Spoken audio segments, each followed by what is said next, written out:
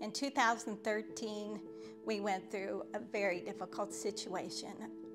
My granddaughter was 8 years old, totally healthy, had no symptoms, just beautiful little girl. And she was walking through the house one day and hit her head on the door jamb. And immediately this like swelling just came on her head. It just looked horrible. And it was called, we thought, a hematoma. But later they went to Children's Hospital and found out it was cancer.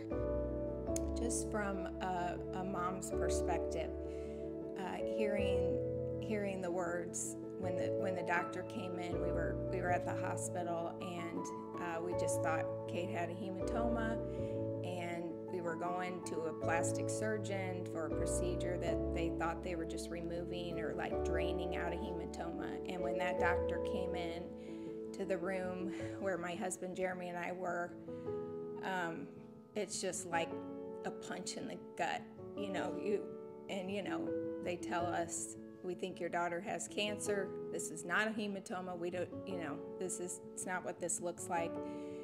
And you just feel sick.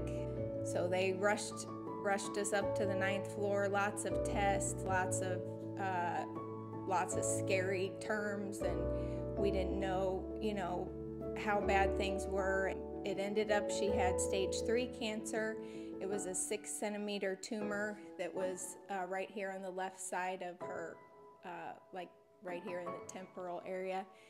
And it was just like, you can't even you can't imagine, but it's just like, hearing your sweet little girl has cancer and you don't know what that's going to look like, and she's going to lose her hair and, not be around friends and be very isolated. And we just had a really long road to walk through. I remember driving home from the hospital when we had gone through my procedure and hearing all those big words in the hospital of the possibility of cancer, or not sure what it was going to be. And I remember telling Mom and Dad, "Do I have cancer?" And Mom and Dad just like looking at me with tears in their eyes, like, I don't know how to respond to this, but sadly, yes. And I remember sitting on Dad's lap at our Herman house on the back patio and just like bawling in his shoulder, like just confused of why God would let something like that happen. So what do you do in a situation like that? I just remember it just knocked you to the ground, and I just remember walking the farm and there was a walnut grove, and I just cried out to God from the bottom of my heart and said, "God, we need a miracle here." We did. We just took up like an army, praying over protection over her body, that God would protect her, and that we would walk out this road, and it was going to be hard, but we knew God was with us. And through the whole thing, he was so much. Like we just saw his hand all over that whole entire year, and so many little things. Of course, the big healing that he did in taking away that cancer as far as they could tell in the scans.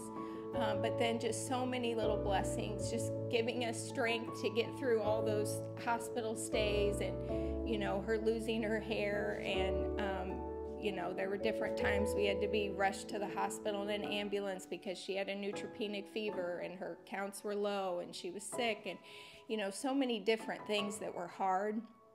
But God could not have been more faithful through all of it, and just provided what we needed each day to get through that day, whatever that was, whatever the hard was.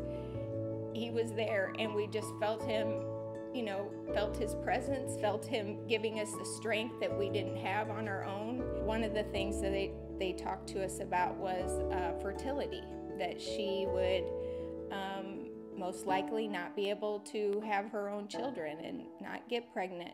I remember the doctors telling me and my parents that there was little to no chance of me being able to get pregnant, and even as a little girl, all I wanted to be was a mom. and like thinking through that I may not be able to be that to my own biological child was hard, but at the same time I was completely open to the idea of adoption. And so that's what I just settled on, was that no matter what happened, either God was going to provide and I was going to be able to get pregnant, or I was going to adopt. Some way or another, I was going to be a mom. And so when I met Colby, my now husband, that was something we talked through. And it was hard for me to tell him, like, I remember looking at little babies in our church and being like, I can't give you that, I'm sorry. And so fast forward to here we are almost around 10 years later, and Kate just had a baby. She just delivered about a week ago, little Mabel Jean, and she could not be a more perfect little miracle, and just another sign of, another reminder of God's faithfulness, another way that He showed us He protected her. All those times that we just prayed every day, protection over her. And Jeremy had like 10 scriptures that he would just pray over and over and over. And every single day, he didn't miss a day.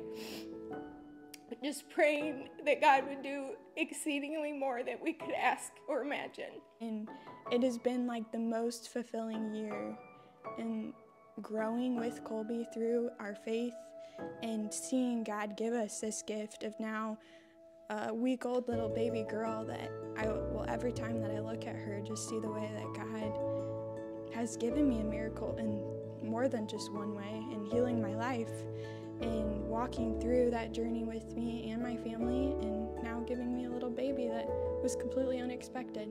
He just showed us every day that He would give us what we needed, and we just learned to trust Him so much more because we knew He was good.